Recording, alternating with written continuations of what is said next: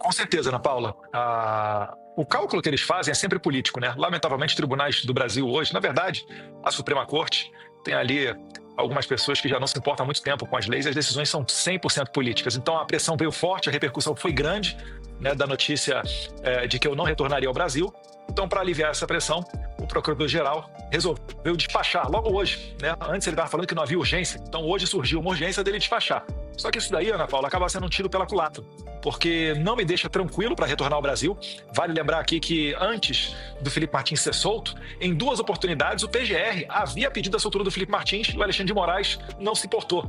A PGR havia pedido a soltura do Clezão e Alexandre de Moraes não soltou, acabou matando o Clezão dentro do presídio. E eu poderia citar vários outros casos, né? O próprio presidente Jair Bolsonaro, um mandado de busca e apreensão que foi cumprido em uma de suas residências em maio de 2024, também contou com parecer contrário da PGR, mas ainda assim Alexandre de Moraes, que acreditem, é o juiz desse caso todo, né, decidiu ser o investigador e mandar a Polícia Federal na casa do presidente Bolsonaro. Provavelmente para esculachar, para humilhar e para fazer o tal do Phishing Expedition, que nada mais é do que pegar o celular do presidente, da primeira-dama Michele Bolsonaro, e selecionar o que ele vai vazar para a imprensa ou do que ele vai querer se mergulhar para tentar ficar causando problemas na vida do presidente. Então, finalizando, né, é um jogo de cartas marcadas e o Alexandre de Moraes, eu não sei se ele estava precificando que eu poderia ficar aqui nos Estados Unidos, porque ele arranjou, com certeza, a maior pedra no sapato da vida dele. Porque aqui fora nós temos instrumentos. Você sabe muito bem, Ana Paula, você mora aqui na Califórnia, um cidadão americano, um cidadão comum americano, ele tem mais liberdade de expressão do que um deputado federal ou um senador no Brasil, com a sua imunidade parlamentar garantida na Constituição. Então, eu tenho algumas entrevistas marcadas ainda hoje para algumas televisões americanas, né? Uma das entrevistas é com Matt Gaetz, que foi sondado para ser o procurador-geral da República do Trump, né? Não foi ele, entrou a Pam Bondi lá da Flórida, mas é extremamente bem articulado e, inclusive, na última vez que eu participei do programa dele, ele me deixou a oportunidade, os microfones abertos, para eu mandar uma mensagem para o presidente Trump. E depois ele mesmo, nos bastidores, falou para mim: Eduardo, eu vou recortar esse teu vídeo e vou mandar para o presidente, vai chegar para ele.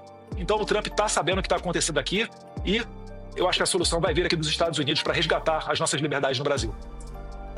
Deixa eu lhe fazer uma pergunta. Hoje, o portal UOL publicou uma notícia de que o presidente do seu partido, Valdemar Costa Neto, teria sido alertado por alguns integrantes do Supremo Tribunal Federal de que a relação com a Suprema Corte poderia piorar caso o senhor assumisse o comando ali da Comissão de Relações Exteriores na Câmara. O senhor tem conhecimento desse bastidor, essa possível conversa aí com o Valdemar Costa Neto nesse sentido?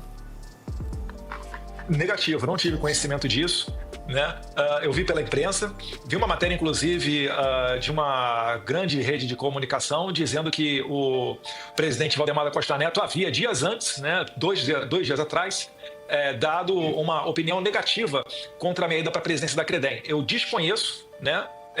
Nem de bastidor isso chegou ao meu ouvido. Eu sempre tive total apoio do meu partido para seguir adiante na presidência da Comissão de Relações Exteriores. Inclusive, no vídeo que eu fiz anunciando a minha decisão de ficar aqui nos Estados Unidos, eu agradeci ao meu líder, Sócrates Cavalcante, porque ele me deixou muito confortável para que, sendo a nossa decisão retornar ao Brasil, de que eu presidiria a Comissão de Relações Exteriores e Defesa Nacional. Então, não passa de boato essa parte.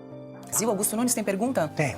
Deputado, nós temos um precedente gravíssimo do deputado Daniel Silveira, mas ele teve a prisão aprovada, né, de uma maneira covarde, então, pela Câmara.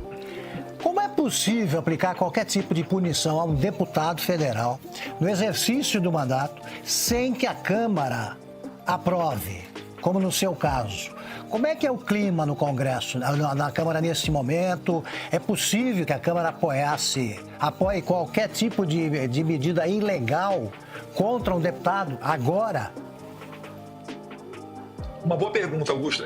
Do tempo do Daniel Silveira para cá, né, aqueles fatos ocorridos quando Arthur Lira começava a presidir a Câmara em 2021, era um outro momento, né? Pegou todo mundo de surpresa. E realmente o que a gente conseguiu ver ali de bastidor, e aí eu resguardo as minhas fontes, né, me reservo esse direito, se é que ainda tem algum direito constitucional de um parlamentar resguardar as suas fontes no Brasil, mas vários foram os deputados que falaram, olha, no pé do ouvido lá no plenário, olha, a gente está votando pela prisão do Daniel Silveira, mas é só para dar um susto, ele vai ficar só uma semana, não vai ser para sempre. E aí, ao que parece, o Alexandre de Moraes tomou gosto em pressionar os parlamentares. Teve gente falando que recebeu ordem do seu líder, ordem do seu presidente partidário, que recebeu ligação da Suprema Corte. Só que se a gente parar para ver, de lá para cá, né, depois de todos esses anos, ocorreu um desgaste do Alexandre de Moraes. a duras penas, né, devido a programas corajosos como os de vocês, que inclusive Alexandre de Moraes já tentou fechar, conforme noticiou matérias do Glenn Greenwald para a Folha de São Paulo, né, mas isso daí foi dando o senso de quê? De consciência para a população. A população, ela pressiona os parlamentares no sentido contrário. E eu tiro um termômetro a partir da prisão, a manutenção da prisão do deputado Chiquinho Brazão.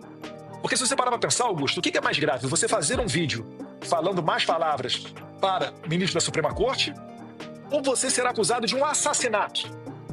Então você percebe que um deputado ele ficaria muito mais à vontade para mandar para a cadeia uma pessoa acusada de assassinato que uma pessoa que simplesmente fez um vídeo de mau gosto, vamos assim dizer.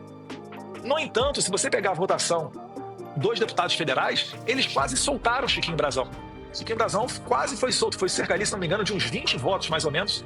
Ele não foi liberado naquele momento. Ou seja, eu me arrisco a dizer que se hoje um parlamentar for preso por Alexandre de Moraes, com base nessas questões de preso por postar ou por discursos proferidos da tribuna, eu me arrisco a dizer que hoje o parlamento soltaria esse deputado federal, porque a gente já está chegando numa situação insustentável. Agora, o cenário político ele é tão conturbado que debate-se dentro da Câmara, né, a possibilidade de se inverter essa ordem dos fatos. Ou seja, antes de um ministro mandar prender um deputado, seja necessário, seja condicionante, uma aprovação prévia da Câmara dos Deputados. Então isso aí está em debate, vamos ver se vai adiante. Eu acho que na atual juristocracia que a gente vive, seria de bom grado essa garantia aos parlamentares. Adalberto Piotto. Deputado, boa noite ao senhor, seja bem-vindo. Eu vou voltar só ao tema da manifestação hoje do Procurador-Geral da República. Ele foi comunicado pelo ministro Alexandre de Moraes no dia 5 de março. Se manifestou hoje, dia 18. Tinha 5 dias para dar resposta. Decidiu descumprir um prazo e atrasou, digamos, do prazo final, do 5º dia que ele tinha que dar a resposta, outros 13 dias.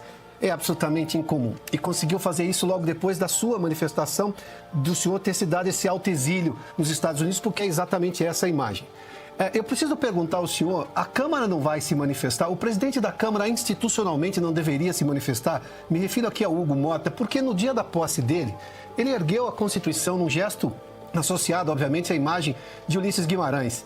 Eu tenho para mim, conhecendo um pouco da história, que Ulisses jamais permitiria que sequer a Corte Suprema começasse a se manifestar sobre a possibilidade de cassar o passaporte de um deputado que não tem absolutamente nada contra ele, nada provado, nada comprovado, nenhum processo, inclusive, para simplesmente perder esse deputado, que seria, então, o presidente da Comissão de Assuntos Exteriores da Câmara. O deputado Hugo Mota, de forma objetiva, conversou com o senhor, porque é uma afronta ao parlamento, não é só ao senhor. O senhor seria a vítima se houvesse essa apreensão, mas é uma afronta à Câmara dos Deputados. Eu acredito que sim. Eu tive conversas rápidas com o presidente Hugo Mota. Eu sou muito grato a ele pela retidão e hombridade com relação às presidências das comissões.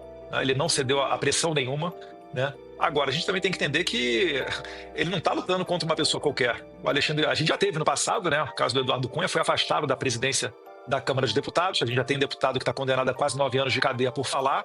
Então, existe todo um ambiente que não é propício para esse tipo de manifestação. É claro, né, se o presidente Hugo Mota se sentir à vontade, é claro que eu vou gostar de uma declaração dessa em defesa, né, dos parlamentares e do seu direito de falar. Só que a área de atuação dele é dentro da Câmara dos Deputados.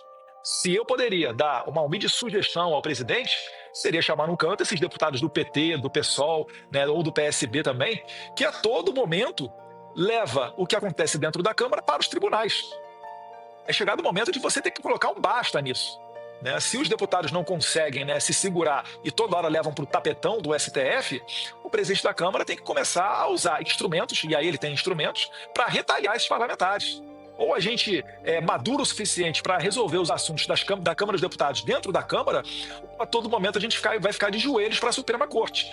Então, eu acredito que o presidente Hugo Mota está começando o seu mandato, ele externou a preocupação com relação a essa questão toda, né? Talvez não publicamente, mas eu tenho muita esperança de que ele vai fazer sim um bom trabalho e preservar e garantir a imunidade parlamentar e os demais direitos, né, para o bem exercício de um mandato. Porque se a gente não puder falar, a gente está lá para quê? Né? Se nem sequer falar a gente pode.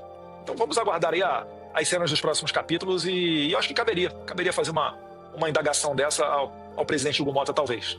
São muito tocantes.